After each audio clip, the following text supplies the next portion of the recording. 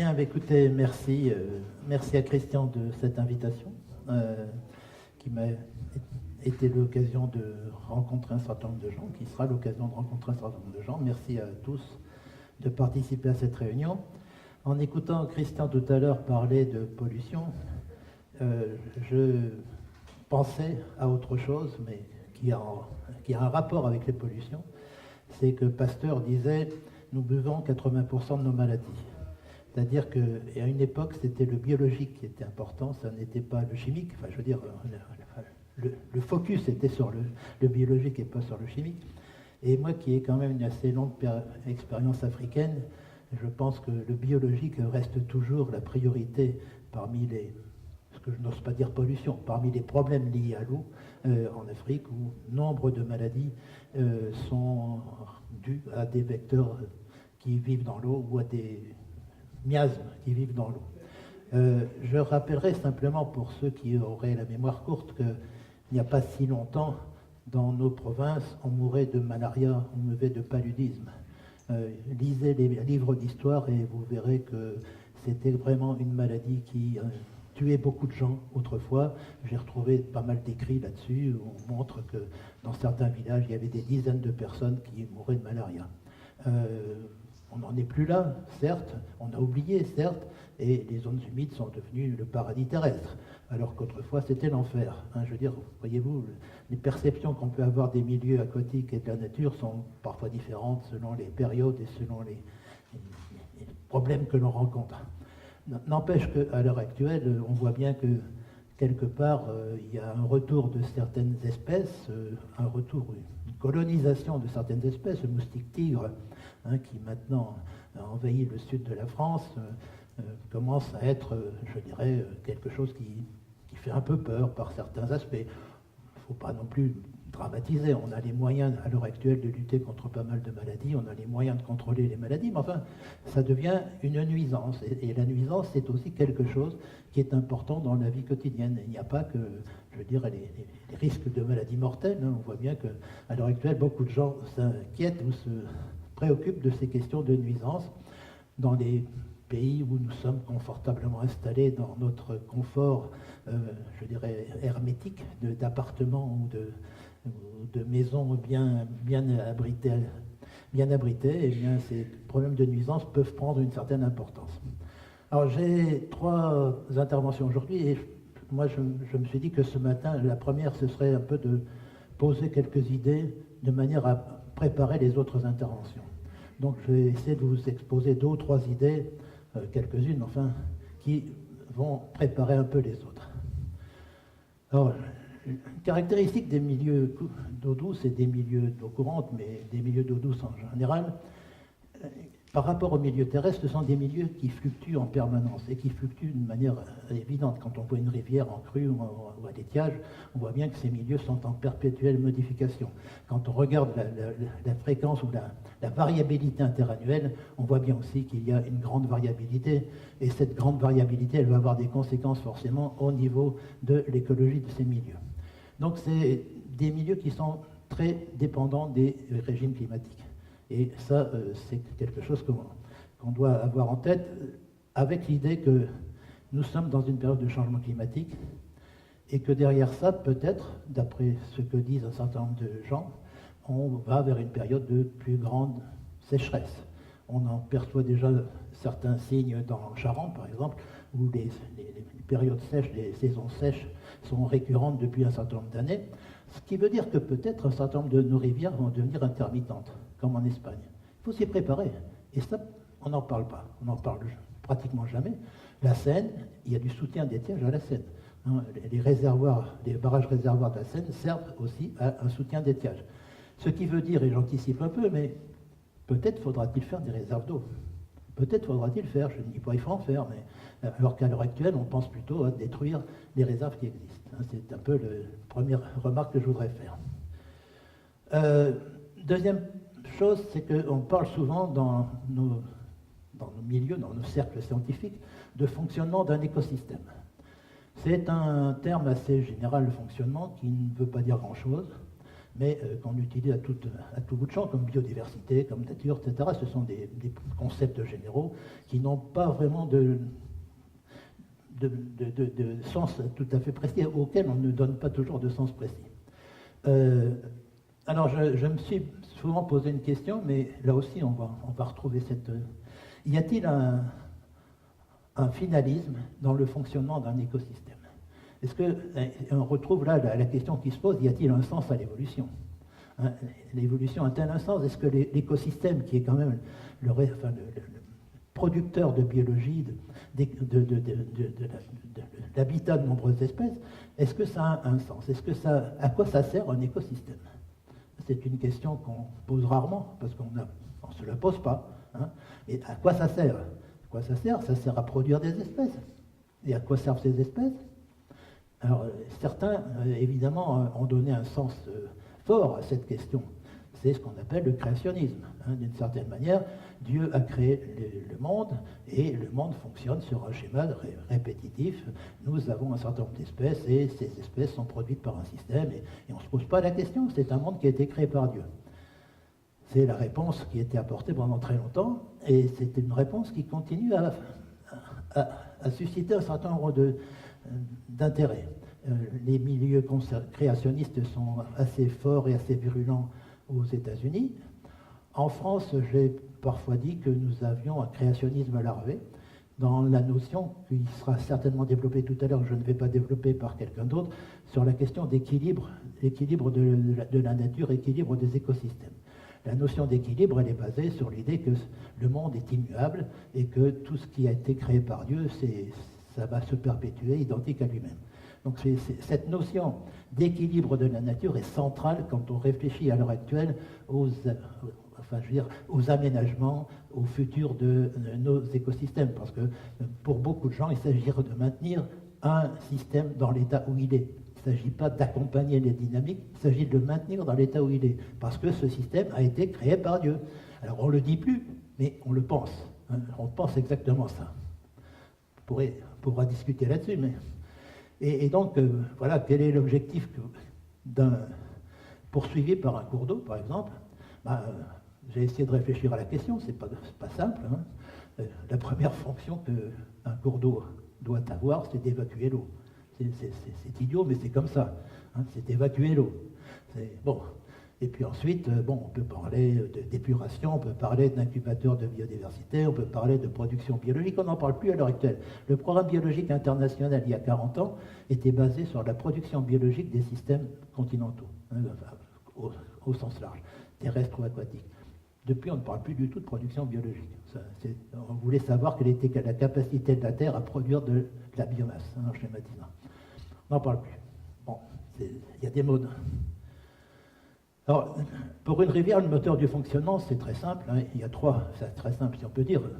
Il y a la morphologie fluviale, il y a les régimes hydraulogiques et il y a les qualités de l'eau. Je dis les qualités, hein, pas la qualité, parce qu'il y a plusieurs qualités de l'eau. Et c'est ça qui va créer ce qu'on appelle une diversité d'habitats. Et cette notion d'habitat, pour moi, elle est centrale dans toutes les questions que l'on aborde en matière de connaissance, fonctionnement, gestion, aménagement ou restauration. C'est l'habitat qui est la notion centrale. Ce n'est pas l'espèce. S'il n'y a pas l'habitat, il n'y a pas l'espèce. Hein, je crois qu'il faut être très clair. Donc si on veut avoir des espèces, il faut d'abord avoir des habitats. Et des habitats, ce n'est pas seulement un écosystème particulier, c'est un ensemble d'écosystèmes dans lesquels une espèce va pouvoir accomplir son cycle biologique. Une espèce a besoin, à certains endroits, à certains moments de sa vie, prenez un insecte, un insecte, il a besoin d'une eau courante, par exemple, pour se reproduire et se développer sur le plan larvaire, et puis à un moment donné, il va être aérien. Il y aura donc des choses un peu différentes. Et un poisson peut avoir à différents stades de sa vie des besoins différents. Alors, nous avons, ceux qui travaillent sur les milieux fluviaux, développé un concept qui est le concept hydrosystème, qui a été développé par la conjonction, en tout cas, d'approche d'un géographe, Jean-Paul Bravard, d'un écologue, Amorost, et d'un hydrologue, Ray Grobellet, à Lyon dans les années 70. Ça a été repris, je vais dire pillé par les Américains, mais c'est quand même eux qui ont au départ développé ce concept, qui est un concept très simple. C'est tellement évident qu'on n'y avait pas pensé. Hein, c'est qu'une rivière, elle a 4 dimensions. La dimension longitudinale, bien sûr. Transversale, c'est son lit majeur, d'une certaine manière. Verticale, c'est les rapports avec la nappe. Et puis une 4e dimension, qu'on a souvent oubliée, c'est le temps. Une rivière, ça évolue, ça se déplace, ça se modifie en fonction du temps. Donc ça, c'était le concept qui a servi de base à la loi sur l'eau de 80. Mais quand on regarde un bassin versant, Christian Buzon parlait de bassin versant, ça n'est pas qu'un tuyau, une rivière. Une rivière, c'est tout un ensemble. C'est tout un ensemble de milieux divers à partir desquels on va pouvoir voir se développer une certaine diversité biologique. Et tout ça, ça fonctionne en tant que système. Et moi, je n'arrête pas de dire qu'il faut réfléchir en termes de système. Un système, c'est un ensemble interactif de milieux qui sont en perpétuelle dynamique les uns avec les autres. Et on va voir tout à l'heure que c'est pas si simple que ça. Bon, on a développé ce concept d'habitat template. J'ai du mal à le traduire en français. Ça se traduit par gabarit, mais j'aime pas trop le terme. Hein, c'est-à-dire un moule dans lequel vont se développer les espèces. La notion d'habitat, je répète, pour moi, c'est central. Hein. Si on n'a pas cet habitat, on n'a pas grand-chose derrière. Donc voilà, les habitats créent un contexte. Alors, vous avez ce filtre biogéographique qui joue au niveau des continents, et puis ensuite tous les aspects de dynamique des espèces qui vont se disperser, qui vont coloniser, qui vont disparaître. C'est la nature des espèces de coloniser et de disparaître. Ça n'est pas une perte toujours, je veux dire, dommageable, avec des extinctions, et ça c'est un peu, je dirais, le centre finalement d'une certaine écologie. Alors un autre point sur lequel j'insisterai, parce que c'est un point central aussi, les communautés biologiques, elles ne sont pas fixes et déterminées à long terme. Ce sont des ensembles d'espèces qui se retrouvent à un moment donné en un endroit donné où elles trouvent les conditions nécessaires à leur développement. Mais c'est un produit à la fois de l'histoire, bien sûr, il y a une histoire, hein, on y reviendra sur cette histoire des milieux aquatiques. Des aléas, parce qu'il y a eu des aléas, il y a eu d'énormes crues qui ont mis parfois des rivières en communication, des bassins versants en communication, des sécheresses qui ont autant d'impact que les crues sur les peuplements. Et puis ce qu'on appelle le hasard. Le hasard, c'est pas toujours facile à déterminer, mais en génétique, on en parle beaucoup maintenant du hasard. Le rôle du hasard en génétique est devenu un rôle important. En écologie, on évite d'en parler parce qu'on a toujours on voudrait toujours avoir une approche un peu déterministe des systèmes écologiques. C'est faux. On a une part de hasard tout à fait importante qu'il faudrait de toute façon essayer d'appréhender. Donc on a des milieux, enfin des communautés biologiques qui sont ce qu'on appelle de nature stochastique, c'est-à-dire aléatoire. Hein, c'est un mot un peu pédant, un peu savant, mais c'est le mot qu'on utilise, et pas déterministe. Le poids de l'histoire, je ne vais pas m'appesantir là-dessus, mais vous vous souvenez qu'il y a 20 000 ans, vous vous souvenez, hein, il y a 20 000 ans, on était sous les glaces, ou presque. Hein, donc il y a eu cette période glaciaire avec évidemment des perturbations importantes dans les peuplements écologiques, avec évidemment, on allait à pied sec, si on peut dire, en Grande-Bretagne, la Manche était à sec, hein, il y avait un grand fleuve Manche qui se jetait dans l'Atlantique. Bon, ça veut dire que quelque part, il y a eu des bouleversements importants et on avait une faune qui a été fortement appauvrie par ces changements climatiques. Je rappelle qu'il y a eu une vingtaine de périodes glaciaires, interglaciaires, qui expliquent en grande partie la disparition des grands mammifères dans tout l'hémisphère nord. Et puis, alors après, ça s'est repeuplé. Alors ça, c'est un peu la théorie, hein, c'est la théorie qui dit qu'une grande partie de la faune européenne, en tout cas française, résulte de la recolonisation, en tout cas pour les milieux aquatiques, à partir du bassin du Danube, qui était, je dirais, une zone refuge en période glaciaire. Il y a eu aussi des refuges ibériques et des refuges italiens de moindre importance. Donc on explique en tout cas la recolonisation des milieux aquatiques par des flux d'espèces qui sont venus du bassin du Danube. Alors ça, c'est la théorie. Maintenant, quand on réfléchit sur le plan pratique, comment ça s'est fait, ça? Comment les poissons sont passés d'un bassin à un autre? Comment les mollusques sont passés d'un bassin à un autre? Comment les crustacés sont passés d'un bassin à un autre? Parce que chaque bassin est isolé au départ. Alors, voilà, donc, moi, je n'ai pas de réponse. Hein. Je me suis souvent posé la question. La théorie est séduisante. Hein. Je veux dire, il y a probablement effectivement quelque chose. On a montré qu'il y avait probablement des bonnes raisons de développer cette théorie, mais pratiquement, je n'arrive pas bien à comprendre. Alors, j'ai essayé de penser qu'il y avait des captures de rivières. Ça existait.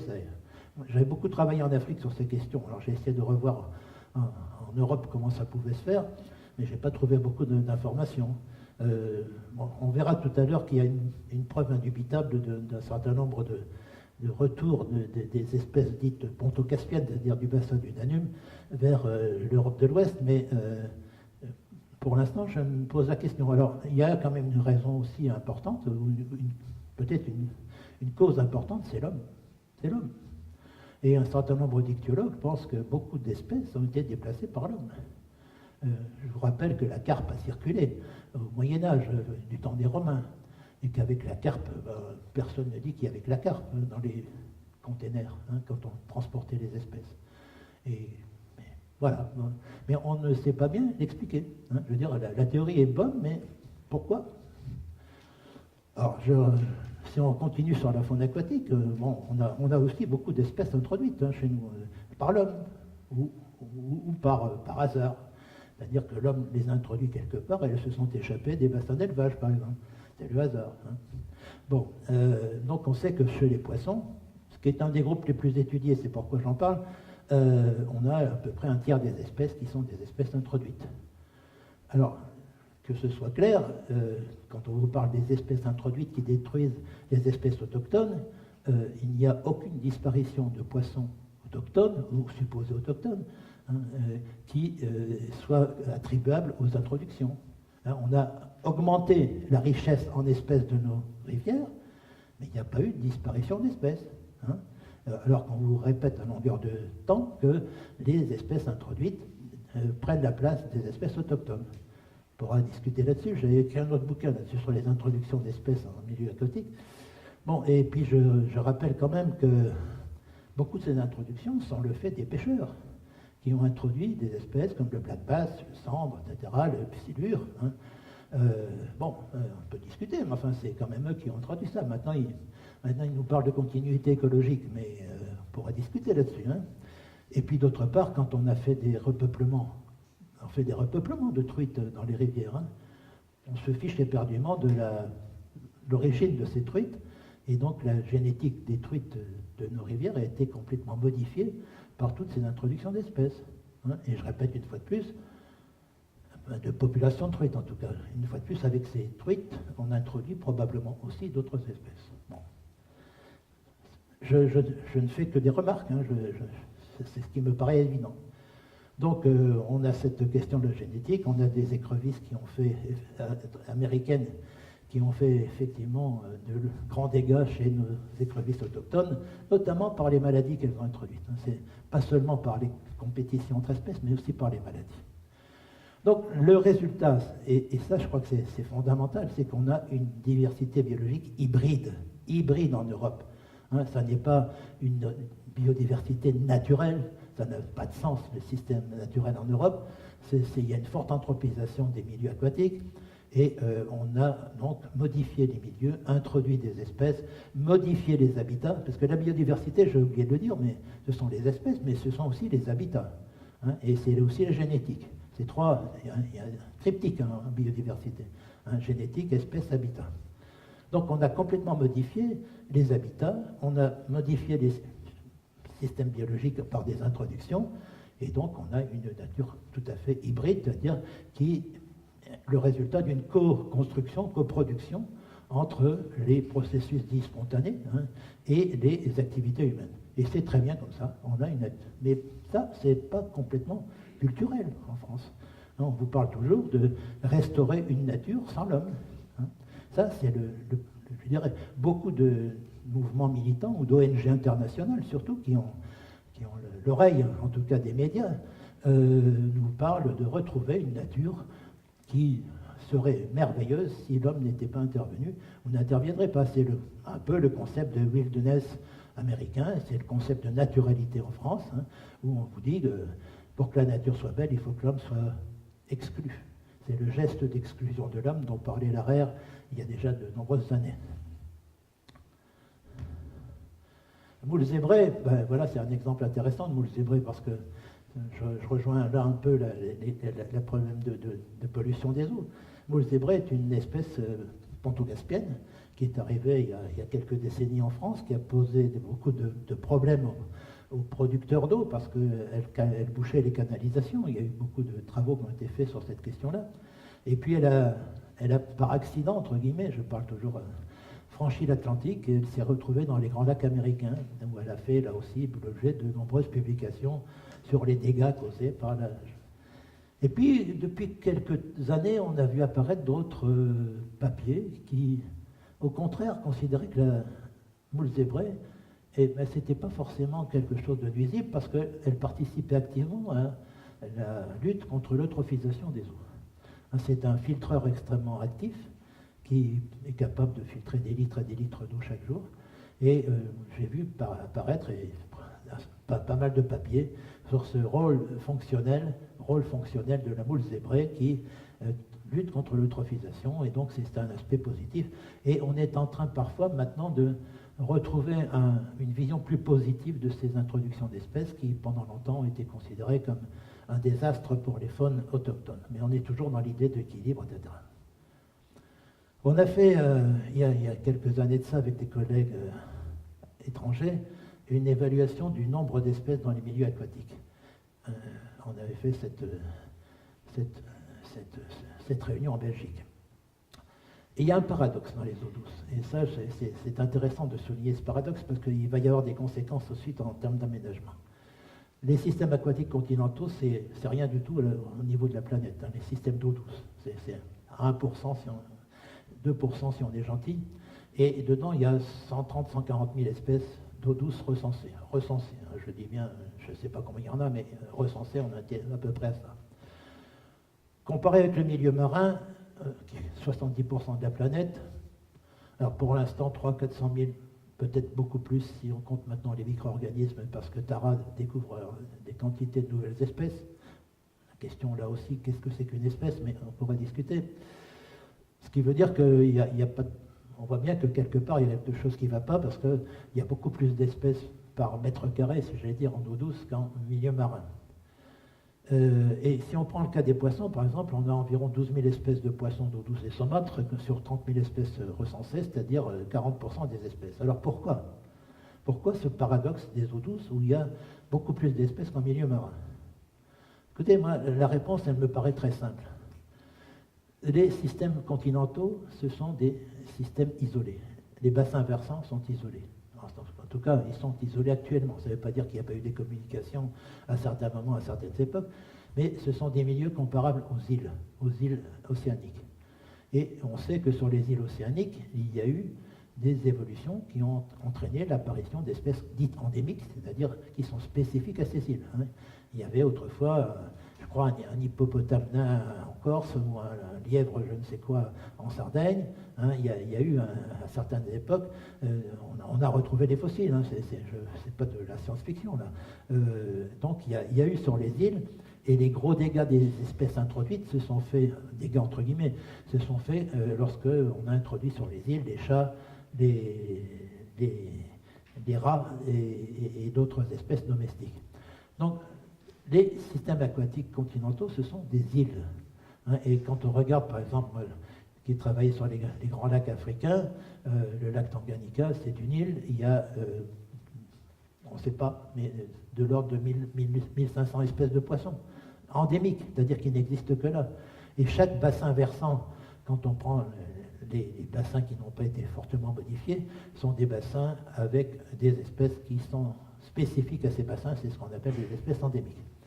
Donc voilà, donc la spéciation, l'apparition d'espèces dans les bassins versants, elle est liée à leur isolement, et c'est ce qu'on appelle, pour ceux qui connaissent un peu les théories d'évolution, la vicariance. C'est tout simplement la vicariance, c'est-à-dire deux espèces qui sont séparés géographiquement évoluent de manière indépendante. Voilà, c'est tout. Et donc, à un moment donné, il y a eu certainement un pôle commun. Après, il y a eu autre chose. Bon. Donc, cette question de l'existence de nombreuses espèces endémiques liées à la fragmentation des bassins versants, ben, elle ne va plus du tout avec les notions de trame bleue et verte. Trame bleue et verte, ça veut dire mettre en communication, donc faire communiquer. Et or, la spéciation dans les bassins versants, elle était liée à l'isolement. On pourra en discuter, mais voilà, il y a vraiment quelque chose sur le plan fondamental qui me paraît quand même un peu bizarre dans les... Bon, alors je crois qu'il va falloir que j'accélère. La biodiversité est un mot valise.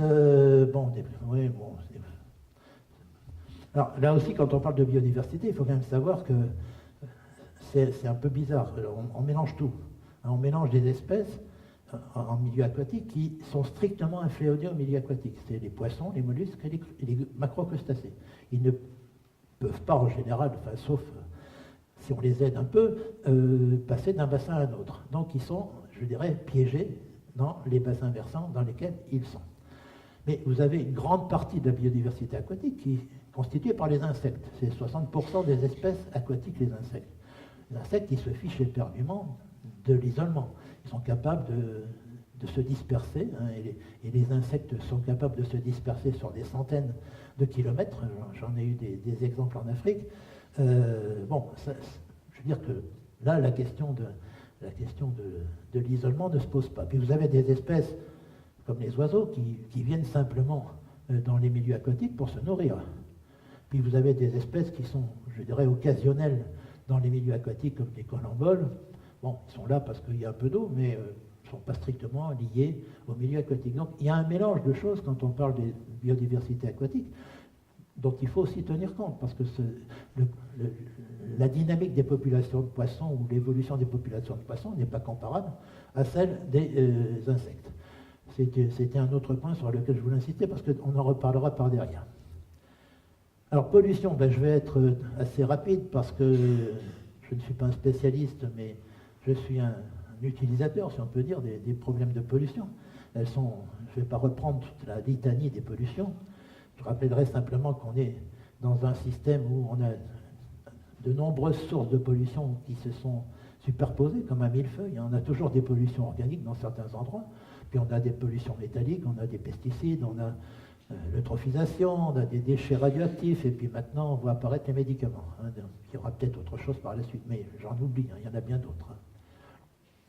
Donc ce que je voulais simplement dire au niveau des pollutions, c'est que, chimiques en tout cas, c'est qu'on peut dire tout ce qu'on veut, mais depuis quelques décennies, il y a quand même des efforts qui sont réalisés par la société pour essayer de réduire ces pollutions. Et moi, je suis de ceux qui disent que tout ne va pas si mal, que beaucoup d'efforts ont porté leurs fruits, pas tous, mais beaucoup d'efforts portent leurs fruits, même si ça reste insuffisant. Un exemple, en tout cas, moi qui m'intéresse en tant qu'écologue, c'est toute la question de l'oxygénation des eaux. Vous savez que si les eaux sont trop chargées en éléments organiques, ça perd son oxygène. C'est bien le principe là des problèmes d'anoxie liés à l'eutrophisation. Alors, à une époque, il y a une cinquantaine d'années, on voyait fréquemment des mortalités de poissons dans la Seine, par exemple. C'était assez fréquent. Depuis, il y a eu quand même beaucoup d'efforts de réaliser pour modifier ou maîtriser ces pollutions. Et ce que vous avez, le petit graphique que vous avez en bas à droite, c'est le nombre d'espèces de poissons qui ont été observées dans la Seine entre 1964 et 2013. Et vous voyez qu'on est passé de moins de 5 espèces de poissons en 64 à une trentaine d'espèces, je dirais, en 2013. Simultanément, vous avez en haut les courbes qui représentent d'une certaine manière le confort des poissons, c'est-à-dire les périodes pendant lesquelles il peut y avoir des anoxies qui entraînent des disparitions, des mortalités massives. Et on voit bien qu'en 1970, la courbe en rouge, on était dans des zones qui étaient extrêmement nocives, en tout cas pour les poissons, et que la courbe en vert, en 2010, qui est la courbe du haut, vous montre qu'à l'heure actuelle, la plupart des milieux entre Paris et Rouen sont, je dirais, accessibles aux poissons en toute saison. Donc il y a eu des progrès considérables faits en matière d'oxygénation des eaux, et je pourrais vous montrer des tas d'autres graphiques qui montrent que nous sommes plutôt sur la bonne voie. Bon, c'est un exemple simplement pour dire que là, par exemple, le cadmium aussi, on est en cours de réduction assez sensible, et que là, il y a eu aussi des progrès considérables. Alors il y a une question par contre qui pose toujours problème, c'est la question de l'azote. Hein. La question de l'azote dans les eaux, ça c'était une courbe qui a été faite par l'agence de l'eau sur la teneur en azote à Ivry-sur-Seine, et on voit bien qu'à partir des années 60, l'azote monte de manière exponentielle, j'allais dire, avec une petite diminution effectivement depuis l'an 2000, probablement due à des efforts d'utilisation des produits. Ça, c'est un peu les flux qui ont été calculés à l'estuaire de la Seine. On voit le phosphore est en nette diminution, et je pense que la station d'Acher a joué un rôle important à ce niveau-là, enfin, c'est ce qu'on me dit en tout cas, alors que les flux d'azote sont, je dirais pas stagnants, mais ne connaissent pas une telle diminution. Là, il y a tout un débat là-dessus. Je pense qu'il y a beaucoup plus d'experts dans la salle concernant ces questions que moi. Et là, c'est un peu une synthèse un peu de l'évolution des différentes sources de pollution dans le bassin de la Seine, où on voit bien que pour beaucoup de produits comme l'atrazine, comme les métaux, comme les pollutions bactériennes, parce qu'il y a aussi pas mal de pollutions bactériennes. Il faut pas, là, quand on fait des analyses à l'aval des hôpitaux, on est parfois surpris par les bactéries qu'on peut y trouver. Hein. Bon, tout ça va plus ou moins dans le bon sens, sauf je dirais, la question des nitrates qui reste ouverte, et puis à l'heure actuelle, la question des perturbateurs endocriniens, qui est un sujet d'actualité brûlant. Bon, je ne vais pas m'étendre là-dessus, ça c'est les perturbateurs endocriniens.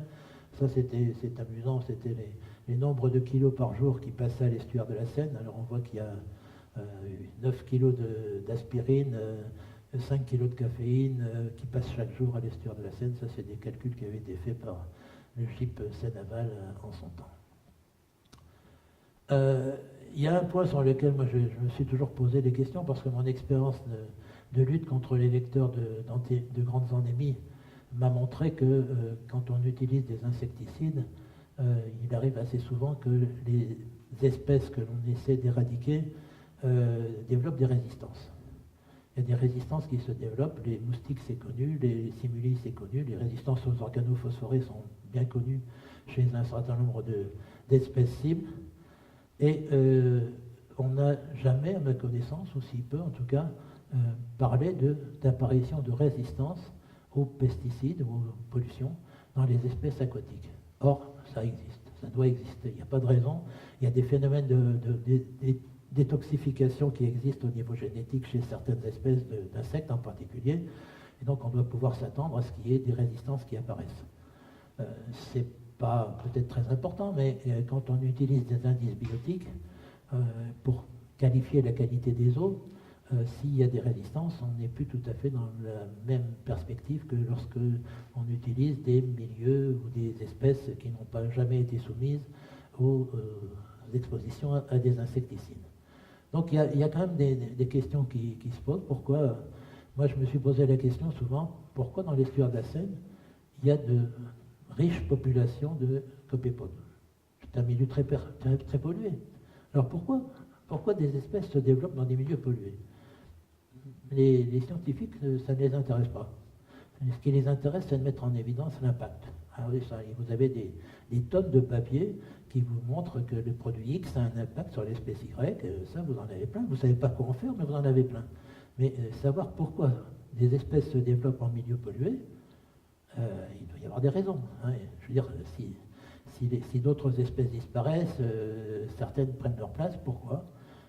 Ce serait une question intéressante sur le plan scientifique, mais je dirais, j'ai essayé dans des appels d'offres de susciter des vocations pour travailler sur ces questions, mais ça n'a pas marché. Bon, donc voilà, je suis à peu près, oui, j'ai déjà parlé de ça. Voilà. Ah bah oui, ouais, il y a un vaste débat sur la question du bon état écologique et je dirais la cible de la directive cadre européenne sur l'eau, le bon état écologique, c'est quelque chose, c'est carrément une utopie. Il n'y a pas un bon état écologique, il y a des bons états qui sont en fonction des conditions dans lesquelles on se trouve, qui sont en fonction de l'histoire, qui sont en fonction de l'utilisation des milieux que l'on fait.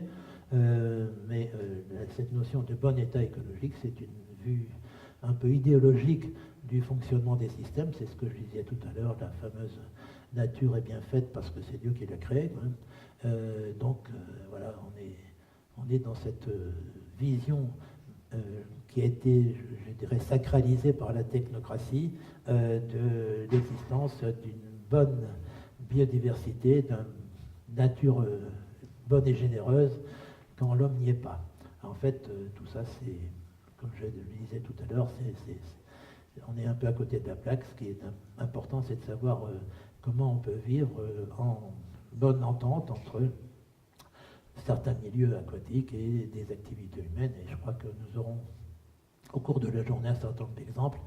La Camargue dont va parler Sylvie est un de ces exemples. Je vous parlerai aussi du lac du Der, qui est un autre lac complètement créé par l'homme et qui est un lieu d'activité biologique important. Voilà, donc c'était pour vous donner au départ quelques idées. C'est un petit peu décousu, mais je voulais aussi introduire ces notions de nature hybride, ces notions de... Je dirais, on est dans des systèmes dynamiques, on est dans des systèmes interactifs, et j'insiste beaucoup sur le fait que si on travaille sur des milieux aquatiques comme les rivières, il ne faut pas rester cloisonné dans une discipline, il faut au contraire travailler en interdisciplinarité, et c'est ça qui est productif. Le concept d'hydrosystème, c'est le produit d'une collaboration entre disciplines, et à l'heure actuelle, malheureusement, on n'est plus dans une dynamique de programme interdisciplinaire, on est dans un retour à la discipline, j'allais dire, la recherche disciplinaire, pour des raisons diverses, mais on pourra en discuter, mais les grands programmes multidisciplinaires qu'on a développés dans les années 80-90 au CNRS, par exemple, continuent en partie dans le cadre de ce qu'on appelle les zones ateliers, mais ce n'est plus la priorité des organismes de recherche. Voilà, merci.